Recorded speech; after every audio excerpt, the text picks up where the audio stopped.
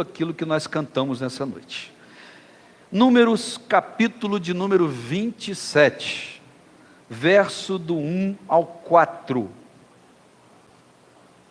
Números 27, verso 1 ao 4. Abra sua Bíblia conosco aí, seja ela digital, seja ela física. Também, se vocês quiserem escolher, acompanhe a leitura pelo que está projetado na tela. Embora a versão varie um pouco, mas não há problema nisso, porque independente da versão, todas elas são a palavra de Deus. Amém? Vamos ler então o texto? Números 27, verso 1 ao verso 4. A palavra do Senhor Deus diz para nós assim: Então vieram as filhas de Zelofeade, filho de Éfer, filho de Gileade, filho de Maquir, filho de Manassés. Entre as famílias de Manassés, filho de José, são estes os nomes de suas filhas: Macla, Noa, Ogla, Milca e Tirza. Apresentaram-se diante de Moisés, e diante de Eleazar, o sacerdote, e diante dos príncipes, e diante de todo o povo, à porta da tenda da congregação, dizendo: Nosso pai morreu no deserto, e não estava entre os que se ajuntaram contra o Senhor no grupo de Corá, mas morreu no seu próprio pecado, e não teve filhos. Porque se tiraria o nome de nosso pai do meio da sua família, porquanto não teve filhos, dá-nos possessão entre os irmãos de nosso pai. Feche seus olhos por um momento. Pai, te damos graças pela tua palavra lida nessa noite, ó Pai. Que tu possas trazer entendimento a cada um e cada uma aqui nessa noite. Que ninguém saia daqui confuso, mas plenamente esclarecido e entendido sobre tudo aquilo que nós havemos de falar nessa noite. Muito obrigado, Senhor, porque a tua palavra, Senhor, ela é corroborada, Deus, ela é alinhada com todo o culto e tudo aquilo que acontece para a honra, louvor e glória do teu nome. Te agradecemos por tudo e te pedimos que todo pensamento seja levado cativo até o teu trono de glória, que nenhuma distração possa impedir ou atrapalhar o receber da tua palavra. Nós assim oramos em nome de Jesus. Amém. Você pode assentar. Essa história, queridos, uma história que se passa em Números, é uma história muito interessante. Até você que é solteiro, ou você que casou não tem filhos ainda, ou quer ter mais filhos, né? Tem uns nomes bonitos aqui para você colocar nos seus filhos. Imagina, você é uma moça chamada Zelofeade, ou um homem chamado Zelofeade, no caso um homem, desculpe aqui, né? Imagina esses nomes, né? Macla, Noa, Ogla, Milca e Tirza, nomes lindos para colocar nos filhos, né? Sim? Lindos, né? Brincadeira, né? Todos eles têm um significado muito especial dentro da Bíblia. Nenhum judeu colocava ou coloca o nome num filho ou numa filha pela beleza do nome, eles colocam pelo que o nome significa. E você sabe que todo nome tem um significado, né? Antônio, José, Pedro, todos os nomes têm um significado. Então, muito cuidado quando você escolhe o nome de um filho, de uma filha, porque o significado desse nome pode estar levando, o nome pode ser bonito, mas o significado pode estar levando ele para outro lado, né? Às vezes as pessoas até na empolgação, eles usam o nome de maneira errada, né? Ariel, por exemplo, é nome de homem, não é nome de mulher, né? Ariel significa leão de Deus, olha só, e usam para mulheres, né? Aí a menina já vai ser chamada de leão de Deus, que é um negócio meio fora de propósito, né? Mas vamos entrar nesse detalhe não, que eu não sou cartório, nem trabalho no cartório, isso é coisa para Cíntia, né?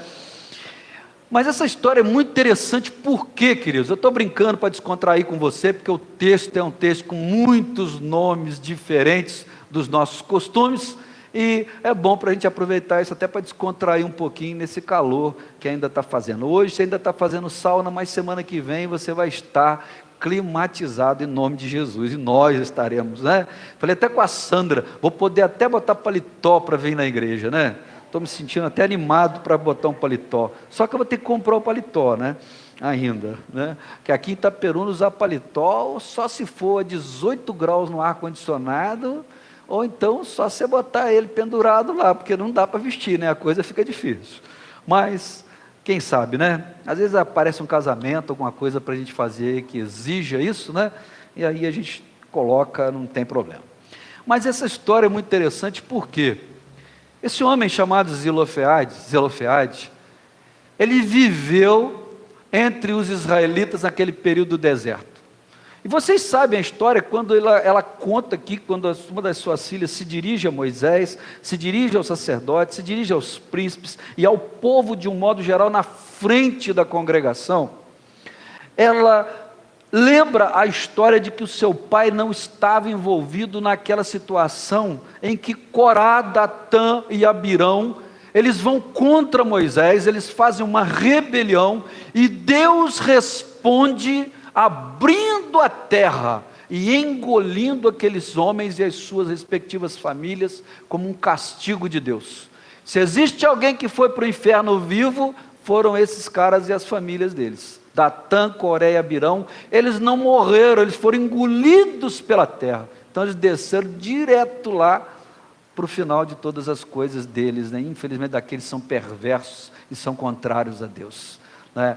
Então, queridos, essa história é marcante na vida dos israelitas, que viveram aquele tempo, que passaram pelo deserto. Ela é marcante na Bíblia, quando nós lemos o Antigo Testamento, e acompanhamos a caminhada desse povo até a chegada da terra prometida. Entre tantas coisas ruins, houve essa rebeldia. Deus abomina a rebeldia, seja ela contra qual autoridade for, porque Deus estabeleceu autoridades e não pessoas, e a gente precisa separar isso, né? Às vezes a gente faz confusão.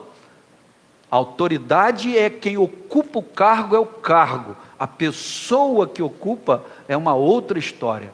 Nós podemos ter alguém muito ruim, insensato, incapaz, injusto, ocupando um cargo, mas ele está ocupando aquele cargo de autoridade, a autoridade Deus estabeleceu, mas a pessoa que foi colocada naquele cargo, muitas vezes foi pela vontade do ser humano. Por isso a gente erra dizendo, Deus estabeleceu o prefeito, o presidente. Não, foi a escolha do povo que levou essas pessoas. Deus estabeleceu a autoridade do cargo. Quem ocupa o cargo é a escolha que as pessoas fazem. Quando se fala de democracia, naturalmente. Quando é ditadura, não tem escolha, é imposição. Então a gente precisa entender que Deus, ele vomita, ele detesta a rebeldia contra a autoridade, o cargo, e não a pessoa em si, de um modo geral. Mas o que acontece aqui é marcante. E elas dizem para Moisés, elas vão até Moisés fazer um pedido. Elas não estão ali para requerer, para ter um papo amigável. Elas estão ali para fazer um requerimento de um direito que elas entendiam ter. Quantas vezes você já se viu imaginando que você tem um direito e que os homens e a lei está te negando? Alguém já se sentiu assim na vida? Você precisa daquilo, você deseja aquilo, você necessita aquilo, mas a lei e o homem te nega. Essas mulheres estão nessa posição. Elas precisam de um reconhecimento, elas entendem ter esse direito, mas a lei daquele momento negava esse direito a elas. Por que negava esse direito? Porque a lei existente até o presente momento desse acontecimento dizia que só os homens que tinham direito à perpetuação da família, as mulheres não teriam. Como ele teve 5 filhas e nenhum filho, o nome dele desapareceria na história. E elas entenderam que isso estava muito errado, porque ele foi fiel a Deus em toda a caminhada do deserto, e não se deixou levar pelos chamados, pelos clamores daqueles que se rebelaram contra Moisés e a autoridade que Deus havia lhe dado. Então elas entendiam que havia um direito. Quantas pessoas se encontra hoje, eu posso dizer isso, que é uma coisa que eu vejo aos borbotões aí, você talvez veja. A gente encontra pessoas que estão doentes, pessoas que estão com problemas de saúde gravíssimos e não conseguem um benefício no INSS. Você conhece alguém assim, não conhece? Eu conheço um monte de gente. Você está vendo que a pessoa está ali lutando para ficar de pé, está passando mal, está ruim, ela vai e faz a perícia e é negado a ela. Ela tem um direito, de fato, e de direito, ela está doente, mas o homem recusa dar esse direito a ela, por motivos, razões e circunstâncias que são próprias deles. É o que está acontecendo com essas mulheres. Será que elas não mereciam a herança do pai? Será que elas não mereciam continuar levando o nome do pai à frente, porque elas cometeram o grave pecado de nascerem mulheres? Ou ele gerou apenas mulheres? Elas entendiam que não, que elas tinham esse direito e que o nome dele deveria ser perpetuado. E essas mulheres vão então até Moisés. Elas vão a Moisés porque Moisés é a autoridade, é o líder, é o homem chamado por Deus para guiar o povo à terra. Diz o texto que elas vão diante de Eleazar, o sacerdote. Eleazar representa, simboliza ali naquela hora, não o líder político, não o líder do povo, mas o líder espiritual, o homem que faz ali o meio de campo com Deus. O texto diz também que ali estavam os príncipes, o que os príncipes representavam? O direito, o poder, a autoridade sobre as tribos de um modo geral. Mas diz que vai além, que também todo o povo estava reunido ali no momento que elas fazem essa petição, porque o que elas queriam e o direito que elas pediam era algo público, era algo que não estava sendo arranjado através de tramóias, através de concertos, mas era algo para todo mundo saber. E por fim, onde é que isso acontece? Acontece na porta da congregação. O que era a congregação? Era aquela tenda gigante armada onde Deus se manifestava. Então elas estão pedindo a autoridade de Moisés, aos príncipes do povo, que são os líderes das tribos. Ela está pedindo diante do povo em verdade, sem mentiras e subterfúgios, mas ela está pedindo principalmente a Deus, que essa lei seja mudada e que esse direito seja concedido a ela. Talvez você pense assim e diga, né? E algumas pessoas até ensinam isso, e a gente ouve muito isso. Nós temos que obedecer à lei, sim, obedecer à lei, mas nada nesse mundo nos impede de pedir o reconhecimento do nosso direito, mesmo que esse direito esteja sendo tolhido pela própria lei. É o que está acontecendo aqui nessa hora. Quem é que deu essa lei? De onde vem essa lei? Do próprio Deus com o povo. Mas agora, elas estão indo lá e pedindo isso, elas estão dizendo, não é justo, Moisés, não é justo, príncipes, não é justo, povo, meu Deus, não é justo que isso aconteça. E elas estão pedindo esse direito. Muitas vezes, queridos, nós não temos nenhuma coragem de exigir ou pedir que os nossos direitos sejam reconhecidos, porque nós somos barrados pelos impedimentos da vida. Existem impedimentos que se levantam contra o seu direito, contra aquilo que é normal, que seria legal para você, mas que os homens estão impedindo. Talvez você esteja aqui nessa noite, com uma demanda na justiça, querendo que a lei se cumpra, mas a lei não consegue se cumprir, porque no meio entre a lei e o direito tem o homem, e o homem sempre muda as coisas segundo a sua vontade. Estou falando mentira ou você já experimentou, enfrentou uma situação assim? Já vi tanta coisa assim não acontecer e era direito. E não aconteceu por quê? Porque as pessoas se interpunham entre a pessoa e o direito dela. E nada acontecia. Queridos, essas mulheres elas estão indo contra todos os empecilhos, contra todos os obstáculos, contra todas as barreiras. O que seria normal e natural nessa situação? Morreu Zelofeade, vamos fazer o enterro e agora nós estamos abandonadas, nós não temos mais direito a nada, nossa família praticamente acabou, nós não temos mais o que fazer da vida, fechamos, encerramos a nossa caminhada. Essas mulheres não param diante desse empecilho. Quantas vezes, queridos, você, eu, muitos de nós, temos sido parados, impedidos por coisas da vida, porque nós não pedimos ao Senhor aquilo que é o nosso direito, que as leis mudem, que as coisas aconteçam, para que o nosso direito seja reconhecido. Muitas vezes, nós cruzamos os braços, nós brincamos com as coisas, nós reclamamos daquilo que entendemos ser errado, mas nós não nos posicionamos como filhos de Deus, pedindo a Deus verdadeiramente para que tais coisas mudem na nossa vida. E é por isso que às vezes perpetuam-se e não são mudadas. Alguns elementos, alguns sentimentos, melhor dizendo, eles se manifestam diante desses impedimentos da nossa vida. Um deles é o conformismo. Deus condena o conformismo. Nós precisamos aprender o que é contentamento. Contentamento é estar contente com o que eu tenho e alegre com o que eu tenho. Conformismo é quando nos enfia alguma coisa garganta abaixo e a gente tranca a cara, chora, reclama, deu azia, o gosto é ruim, mas nós estamos engolindo assim mesmo. Conformismo é isso. O conformismo impede que nós tenhamos nossos direitos reconhecidos. O conformismo impede que as coisas se mudem. Vou te dar um pequeno exemplo. Se as mulheres ficassem conformadas com seu lugar na história, as mulheres até o dia de hoje não votariam. As mulheres até o dia de hoje não teriam o seu direito profissional. Se os negros se conformassem com o que os brancos fizeram com eles esses anos todos, queridos, eles não teriam seus direitos reconhecidos até hoje. Concorda comigo? Não teria o seu direito reconhecido. A gente precisa entender que aquilo, quando é direito nosso, nós não podemos ficar conformados. Nós precisamos sim nos inconformar com aquilo.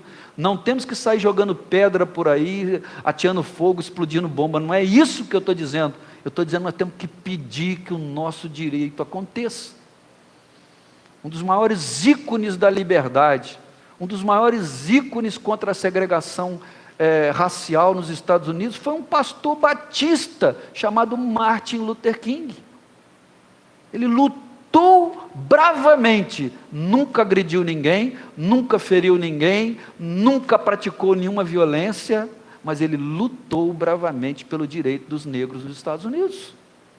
E a lei mudou, e as coisas aconteceram porque houve pedido, porque houve uma manifestação contra algo que era errado, mas que infelizmente estava coberto pela lei naquele momento. Você está entendendo o que eu estou te passando nessa noite, querido? Nem tudo aquilo que é lei significa que é o certo.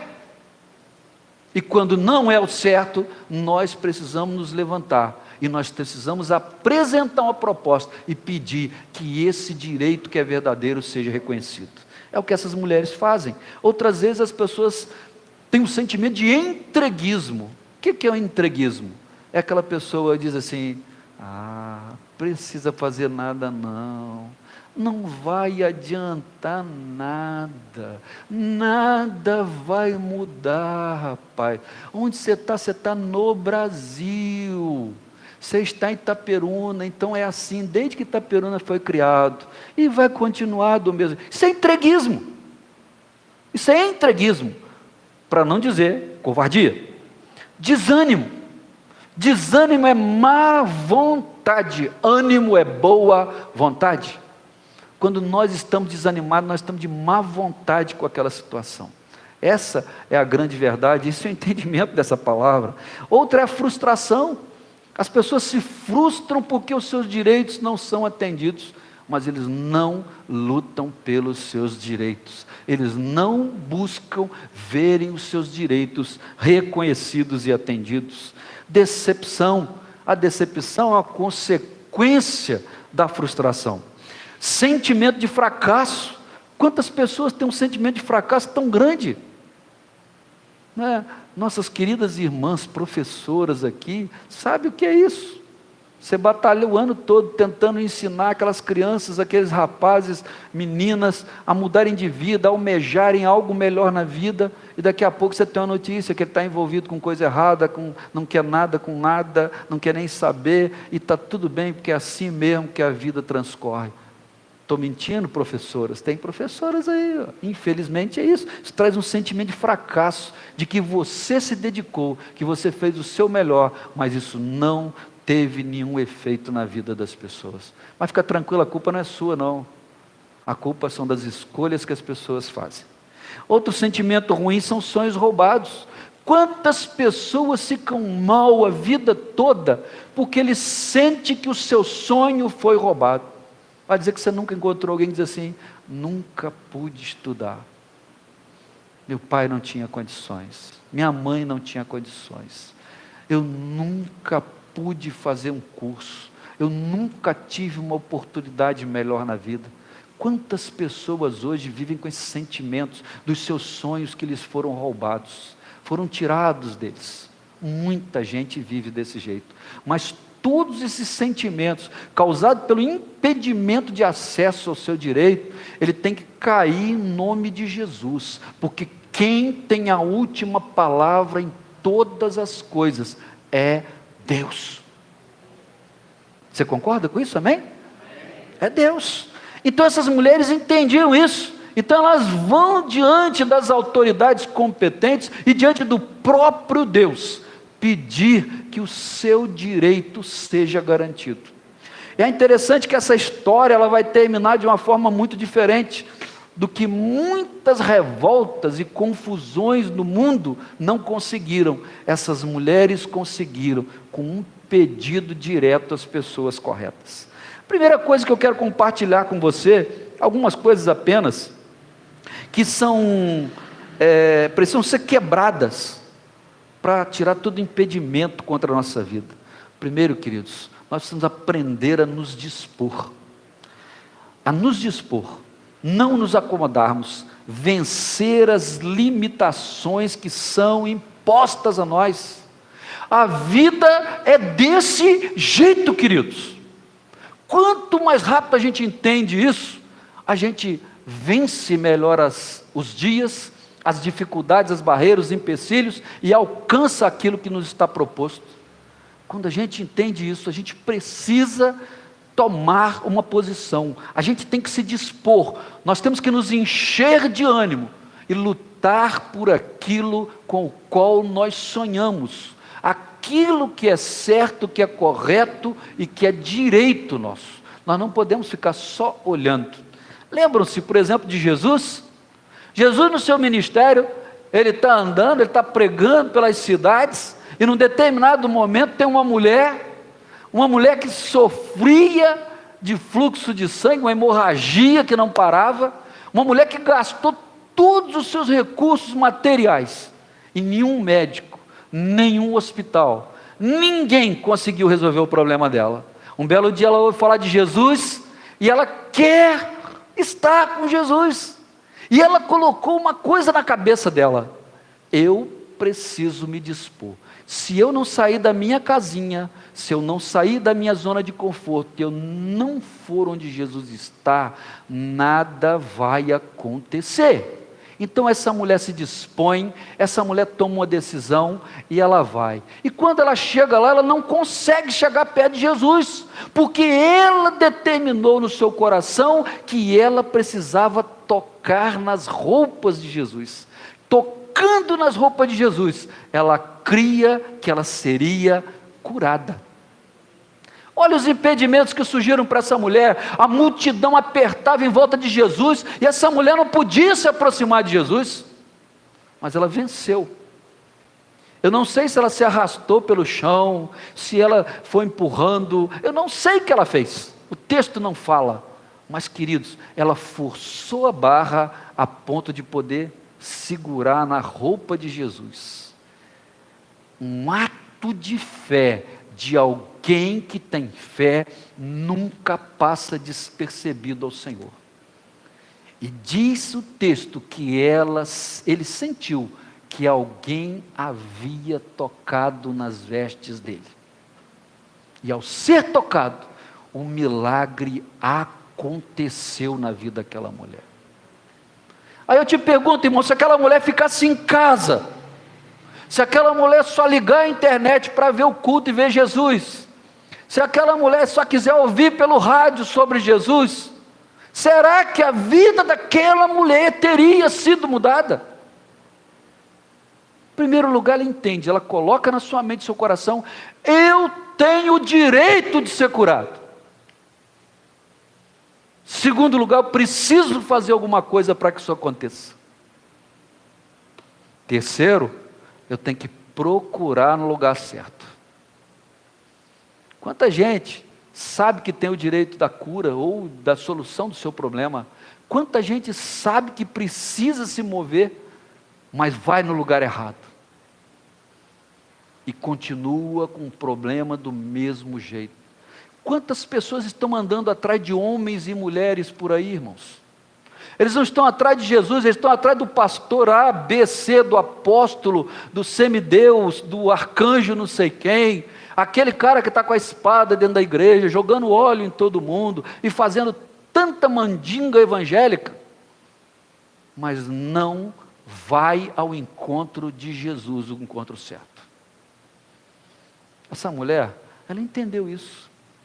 E ela foi atrás do direito dela, ela se dispôs, ela teve bom ânimo, ela venceu as limitações que estavam impostas a ela, que era a multidão que impedia ela de chegar em Jesus. Às vezes, queridos, muitas pessoas querem, eles entendem que há um direito deles, porque Deus, Ele quer nos abençoar. Você tem dúvida que Deus quer te abençoar? Você tem dúvida que Deus quer o melhor para você? Você tem dúvida que Deus sonha com você bem? Creio que sim, né? Vocês têm muitas dúvidas, não tem? Todo mundo quieto, todo mundo calado, porque todo mundo está em dúvida, né? Dizem que quando todo mundo concorda com uma coisa, é porque ninguém entendeu nada. Dizem que é isso, né? Não sei se é verdade. Querido, você concorda com isso? Deus quer te abençoar? Deus te ama profundamente. O maior sonho de Deus é que você tenha uma intimidade com Ele, que você vá para o céu. Deus não quer que ninguém se perca. Essa é a verdade bíblica, queridos. Mas a gente tem que se dispor, queridos. A gente tem que querer, a gente tem que fazer alguma coisa. Eu não posso ficar parado esperando que o céu se rasgue e tudo venha na minha frente. Quantas pessoas estão esperando um milagre de cair um saco de dinheiro na sala de jantar e pagar as dívidas todas? Você sabe como é que essa pessoa vai acabar a vida? Endividada, enrolada e sem esse saco de dinheiro, porque ele não vai cair do céu. Assim que as coisas acontecem. Então a gente, para vencer os empecilhos, tem que se mover, tem que sair do lugar, tem que parar de ficar reclamando. Nós vivemos um tempo hoje de uma geração do mimimi. Você já viu como é que é o negócio? Na igreja ninguém me dá oportunidade. Eu não posso cantar, eu não posso pregar, eu não posso falar nada, ninguém me deixa fazer nada. Aqui nessa igreja é o contrário, né? É o pastor que pede para todo mundo fazer e alguns não querem fazer, né? Porque aqui todo mundo pode trabalhar, todo mundo pode fazer qualquer coisa, não há problema, não há impedimento. Desde que a vida esteja em coerência com a palavra de Deus, o altar está franqueado, não tem problema nenhum. E as pessoas ficam reclamando. Oh meu Deus, eu não vou para lugar nenhum, a culpa é do Lula, do Bolsonaro, a culpa é do prefeito, a culpa é da minha família, a culpa é de não sei quem. Não, irmão. Você tem que se mover, você tem que sair do seu lugar. Às vezes as pessoas ficam só culpando os outros, se vitimizando. E se vitimizar, se colocar numa condição de vítima em tudo o que acontece, isso é uma questão de doença emocional. E hoje parece tão bonito, né?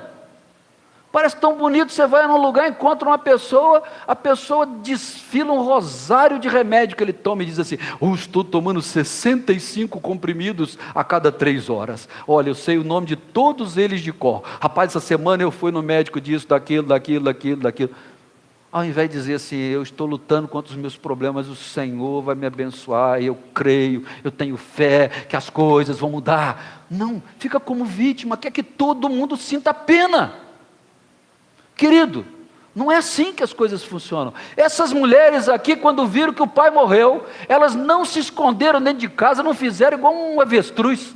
Você já viu o avestruz? Todo mundo sabe que é avestruz, né? Aquela ave grandona, né? Parece um um peru gigante, né, com aquelas coxas grossonas, alto, e quando ele está em perigo, o que ele faz? Ele enfia a cabeça num buraco na terra, e deixa o corpão todinho do lado de fora. Se for um bicho, vem, morde, mata ele, mas ele acha que enfiar a cabeça na terra o protege. Olha que coisa estúpida, que coisa ridícula. Assim é a vitimização, quando eu acho que todo mundo, ninguém gosta de mim, nada dá certo para mim, ó vida, ó mundo cruel, eu estou igual a avestruz, eu estou enfiando a cabeça no buraco, e estou deixando o meu corpo lá de fora para os inimigos destruírem. Essas mulheres não fizeram isso, pelo contrário, levantaram a cabeça diante daquele momento difícil, se encheram de ânimo e de alegria, e foram buscar o seu direito. É isso que a gente precisa fazer. Segunda coisa interessante nisso, a gente precisa ser ousado, querido. Uma das palavras mais usadas no Novo Testamento é que a gente precisa de ousadia. O que é ousadia? Não é você ser grosso com os outros, não é você tentar impor sua vontade a ninguém, mas é você ter a coragem de ir atrás daquilo que você almeja para a sua vida. A igreja é ousada? O cristianismo é ousado? Claro que é ousado, irmãos. Claro que é ousado.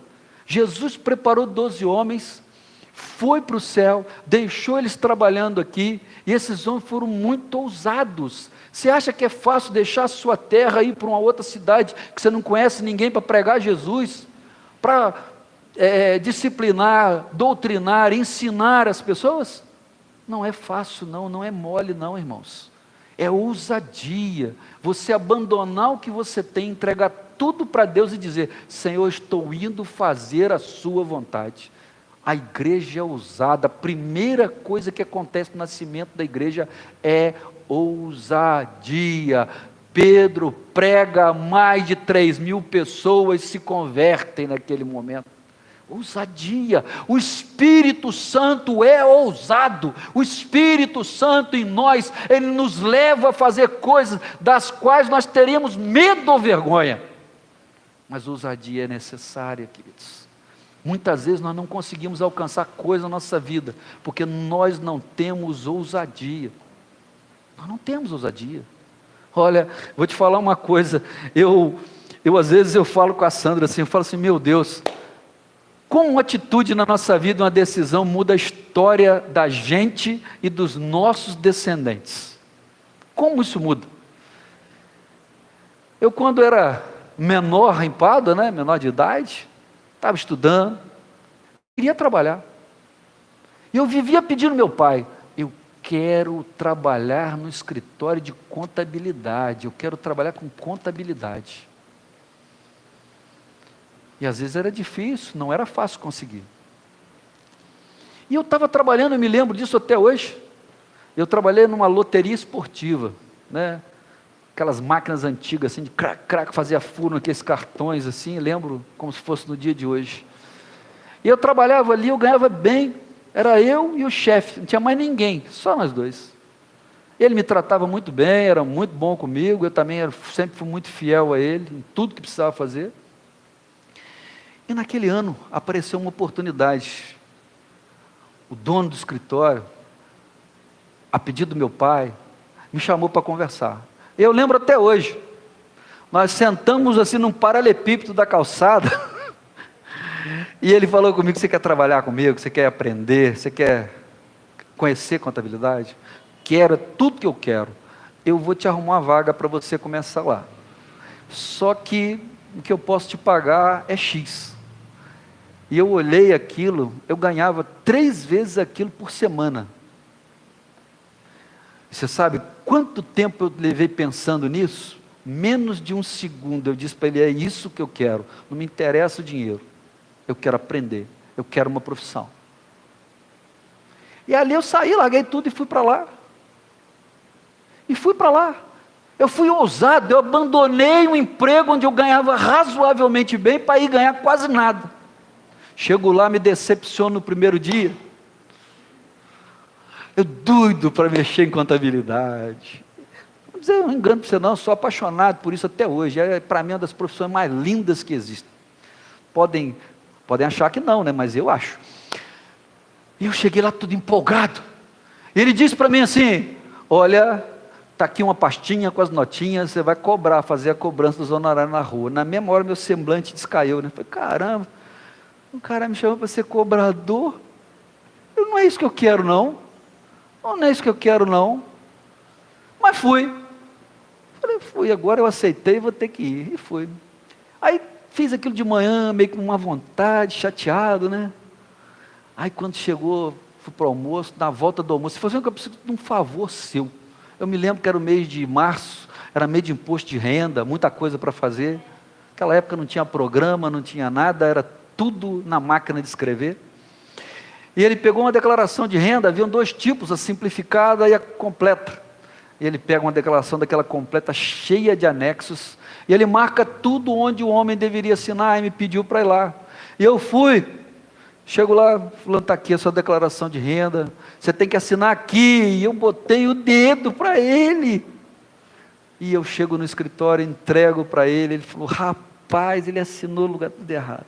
Você não viu? Eu falei, eu mostrei para ele.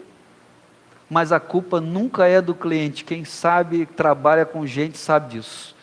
E aí ele disse para mim assim, eu não vou fazer isso tudo de novo não. Rasta aquela cadeira, põe essa mesinha do meu lado, pega um formulário e você vai copiando. O que você tiver dúvida me pergunta. Falei, é hoje, Jesus. É oportunidade agora, que ousadia. Nunca mais eu pego a bolsinha para sair para cobrar. Daqui de dentro eu não saio mais. E comecei, por que isso é assim? Por que é daquele jeito? O que está acontecendo? Lá para final da tarde, quando eu acabei de fazer a declaração do homem que ele me ensinou, ele falou, não quero você mais na rua, você vai ficar aqui dentro. Ousadia.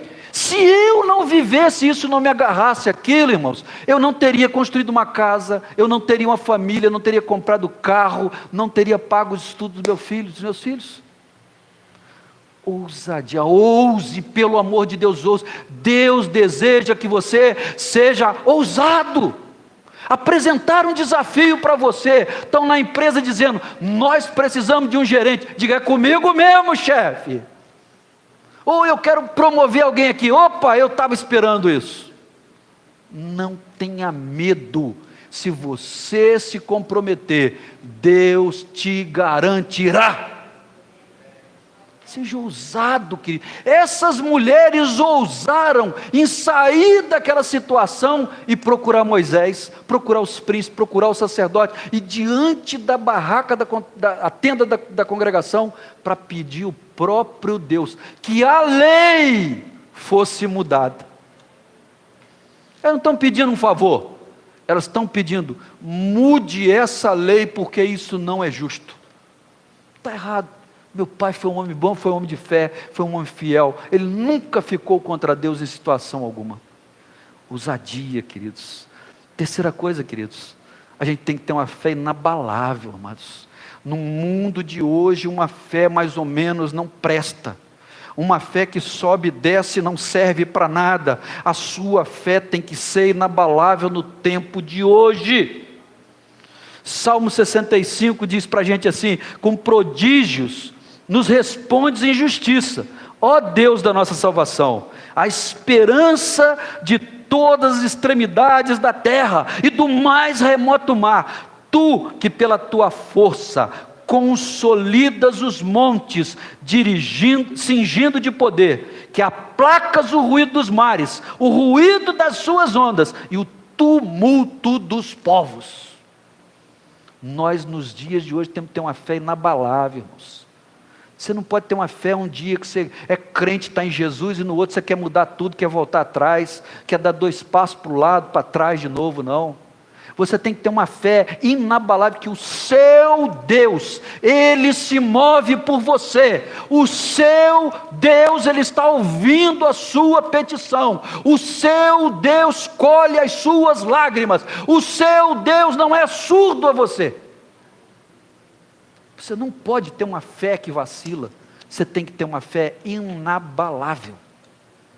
Uma fé que vacila hoje, ela não presta para nada nesse mundo que nós estamos. Sabe por quê, queridos? Porque tem tanta loucura caminhando por esse mundo aí. Tem tanta doideira, tem tanta gente destruindo a Bíblia, tem pastor querendo reescrever a Bíblia para agradar os pecadores. Tem pessoas aí dando uma interpretação à Bíblia que não é a interpretação divina. Tem cada coisa por aí. Se eu fosse perder meu tempo aqui de citar as heresias que tem nesse mundo com nome de igreja, eu não ia sair daqui nem meia-noite. De tantas que eu poderia citar para você, de loucura, de desequilíbrios dentro de igrejas aparentemente evangélicas, aparentemente de Deus, que na verdade não são. Ou você tem uma fé na Bíblia, que é palavra de Deus e no Deus da Bíblia, ou você não vai a lugar nenhum nos dias de hoje. Você sucumbe diante das notícias e do que está acontecendo no mundo. Vou só te dar uma noticiazinha pequenininha. Existe uma coisa chamada relógio do juízo final. Já ouviu falar nisso? Você sabe quem monitora isso? Não são teólogos e pastores não, são cientistas. E hoje eu estava lendo uma matéria sobre isso, e eles estavam dizendo que atualizaram o relógio do juízo final, e que o mundo nunca esteve tão perto do Apocalipse. Quem está falando isso são cientistas, não são teólogos, não são homens de fé em Deus, são pessoas da ciência. Então preste atenção, se a sua fé é vacilante, hoje é a noite de você mudar essa história. Hoje é a noite de você mudar as coisas, porque Deus está te pedindo uma fé inabalável. E por último, eu quero falar para você o seguinte, que a gente precisa reivindicar um memorial. A gente tem que fazer um memorial àquilo que Deus é e quem Deus é por nós. Estou falando para você fazer um altar de pedra aí no lugar, não é isso não. Estou falando para você fazer da sua vida um memorial. Lá no seu trabalho, lá na sua vizinhança, aonde você estiver andando. Queridos, mais do que nunca hoje, as pessoas têm que olhar para a gente, apontar e dizer, lá está um homem de Deus, lá está uma mulher de Deus, lá está uma criança de Deus, lá está um jovem de Deus. Nós precisamos ser esse memorial vivo de Deus nesse século, nessa sociedade na qual vivemos, irmãos, porque olha, a coisa está uma bagunça, está um esculacho esse mundo, essa é a verdade. Se nós não levantarmos um memorial com a nossa vida, querido, eu quero te fazer só uma pergunta, eu quero que você reflita, não levanta a mão, não fale nada, pensa em casa se você quiser depois, discute com Deus, mas não precisa falar nada aqui agora. Qual foi a última vez que você teve coragem de ir à frente da igreja e dizer assim, eu quero dar um testemunho do que Deus fez na minha vida? Qual foi a última vez, irmãos?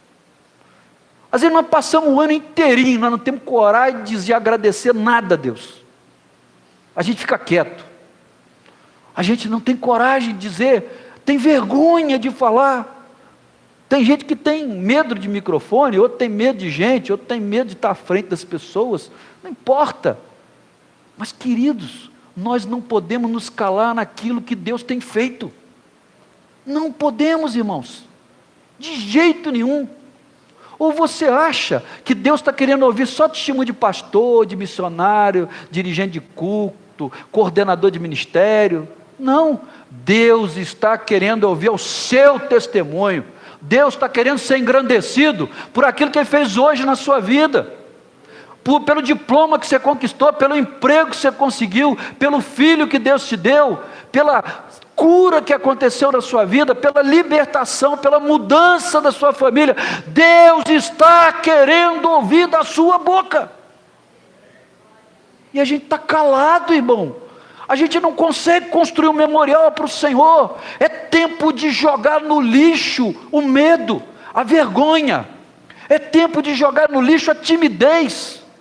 É tempo de nós nos enchermos de ousadia, de uma fé inabalável, de nós construirmos um memorial com a nossa vida, para aquele que foi, que é e será o Senhor da nossa vida. É tempo de nós despertarmos para isso, queridos. Não pense que as coisas estão boas e vão ficar muito melhores, não. A tendência são as coisas acontecerem. Só quem acha que aqui vai virar o céu na terra é quem nunca leu o Apocalipse. Inclusive eu te faço uma recomendação, irmão, para você despertar na vida cristã, leia o Apocalipse. O Apocalipse é o livro que todo crente devia ler, todinho. Não vou entender nada, pastor, não se preocupe, leia, só leia. Deus vai usar o Apocalipse para te despertar. É o melhor livro do mundo, queridos. Foi o primeiro livro da Bíblia que eu li todinho, foi ele antes de todos os outros. Eu era adolescente na igreja, tomei um susto desgraçado. Falei, meu Deus, se esse negócio todo aconteceu, eu estou no sal. Eu tenho que tomar um jeito, aprumar o corpo e mudar as coisas. E dali para frente eu mudei a minha história e a minha vida. Queridos, nós precisamos construir um memorial para o Senhor hoje, com as nossas vidas desse século, para que todos ao nosso redor saibam quem é o nosso Deus. Amém? E aí ele vai fazer justiça para você. Depois você lê em casa. Aqui nós lemos até o verso 4 apenas, só até o número 4. Leia do 5 em diante, até o 12. Você vai ver o final dessa história. Mas eu vou te antecipar. Que eu gosto de dar spoiler. Né? O que acontece? Essas mulheres fazem, essas 5 mulheres chegam diante de Moisés. É contar o fim do filme. O fim da história. Essas 5 mulheres chegam diante de Moisés, dos príncipes, dos sacerdotes, na congregação, diante do povo. E elas pedem. Sabe o que aconteceu? Moisés entrou para dentro da tenda. Moisés falou com Deus, apresentou o pedido delas. O que você acha que Deus fez? Está escrito lá na Bíblia, lá em Deuteronômio, nos capítulos, os versículos que seguem o que nós lemos. Deus mudou a lei. Olha o que o pedido de alguém que tem certeza que é o seu direito e pede do jeito certo acontece. Deus mudou a história e disse para Moisés: a partir de hoje, qualquer homem que morra, quem terá direito à sua herança e ao seu nome serão seus filhos e as suas filhas. Se não tiver filhos e filhas, os seus irmãos e irmãs terão direito. Você sabe o que está acontecendo ali, meu irmão? Minha irmã, um milagre. Deus moveu-se de compaixão por aquelas mulheres. Ele viu quem elas eram e ele mudou aquela lei e ele colocou a mulher na história a partir dali. Olha que coisa incrível, interessante. Às vezes a gente lê tantas vezes isso, nunca percebeu isso, queridos. E a partir dali a história é outra. A lei mudou. Deus mudou uma lei por causa de um pedido certo, por causa de uma maneira correta de agir dessas 5 mulheres. Imagina o que Deus não fará hoje por nós como igreja, como filhos e filhas dele. Imagina o que Deus não quer fazer por você, meu irmão, minha irmã. Pense nisso por um momento apenas. Pense nisso. Deus, ele quer fazer. Nós às vezes estamos conformados. Nós estamos encostados, estamos deixando a coisa correr, não estamos ligando para nada, estamos achando que não adianta nada não. Adianta, irmão. O pedido, a oração, a súplica de alguém que é justo, pode muito, mas pode muito mesmo. E a própria palavra de Deus nos garante isso. Que você possa, ao sair daqui nessa noite, você possa lembrar dos seus sonhos, lembrar daquilo que você entende que é seu direito e que tem sido tomado pelas pessoas e pelas leis dos homens, e você possa, nessa noite ainda, ir ao altar do Senhor e diante de Deus colocar sua petição, porque eu tenho certeza que Ele quer atender a sua necessidade. Amém? Eu quero te convidar a se colocar em pé nessa